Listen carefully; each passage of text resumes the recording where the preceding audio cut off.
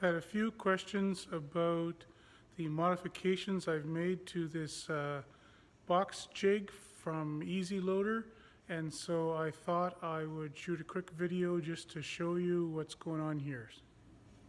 So here's the jig without a box in it. You can see how the super will be clamped inside that jig there, which turns when it's released by a pin in the back. You can see how that pin works here. When the lever is pressed, the pin retracts, and then when it's released, it fits in. You can see that pin going back and forth right there, and it only locks in when it's in the right place. Now, the way this thing was when I got it, that whole setup with this shaft and bearings and pin was mounted on the underside of the top shelf using the holes you can see right there. And so that meant that the whole thing was about 16 inches higher, which I felt was not an ergonomic work height. And so what I did was I drilled and tapped new holes in the lower shelf. This was already here, so it was not a very difficult conversion to drill and tap new holes. And then the only thing I welded was this shaft, this pin spot here, which was welded on the original. And I felt, because it takes a lot of pressure with the rotation there, I thought it should be pretty well attached. So I put a bead of weld on both the front and the back. The pulley was originally for this, the cable to go from the foot switch. I put a little bracket on here, tapped a hole, and put that bracket on. And this pulley was original equipment, and it was originally on this little bracket here, and the cable would have gone straight forward to when the whole thing is essentially flipped upside down.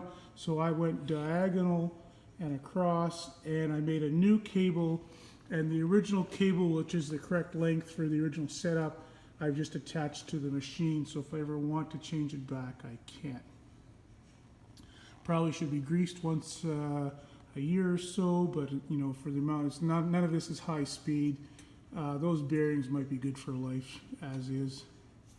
And the only other change is this shelf, the top shelf, which was originally on the top layer here.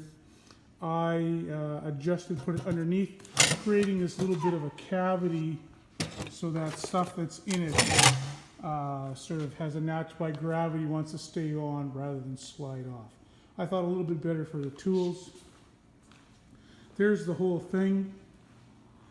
And the other modification is I added this little bit of checker plate aluminum to the foot switch. The blue part is original, and I extended it out so that you could operate those feet switches from the front rather than only the side. So I think it's been a good investment. This was a substantially expensive item it's costing me, if I'm going to assemble 4,000 boxes over the next couple of years, it's costing me 25 cents a box. I think that's probably a reasonable investment given the time savings. I think we can do a box glued, assembled, squared, and stapled in about 2.5 minutes. Doing 125 boxes a day without any, I don't think, particular hurry or stress on the part of the person doing it. It's, put the hearing protection on with some tunes in the Bluetooth, and it's a nice casual day when it's cold outside and you got nothing better to do. So anyway, that's the EzyLoader box jig. If anyone wants to make their own, I guess you can talk to their patent lawyers about it.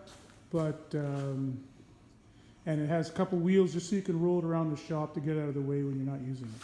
I'm not sure those are all that necessary.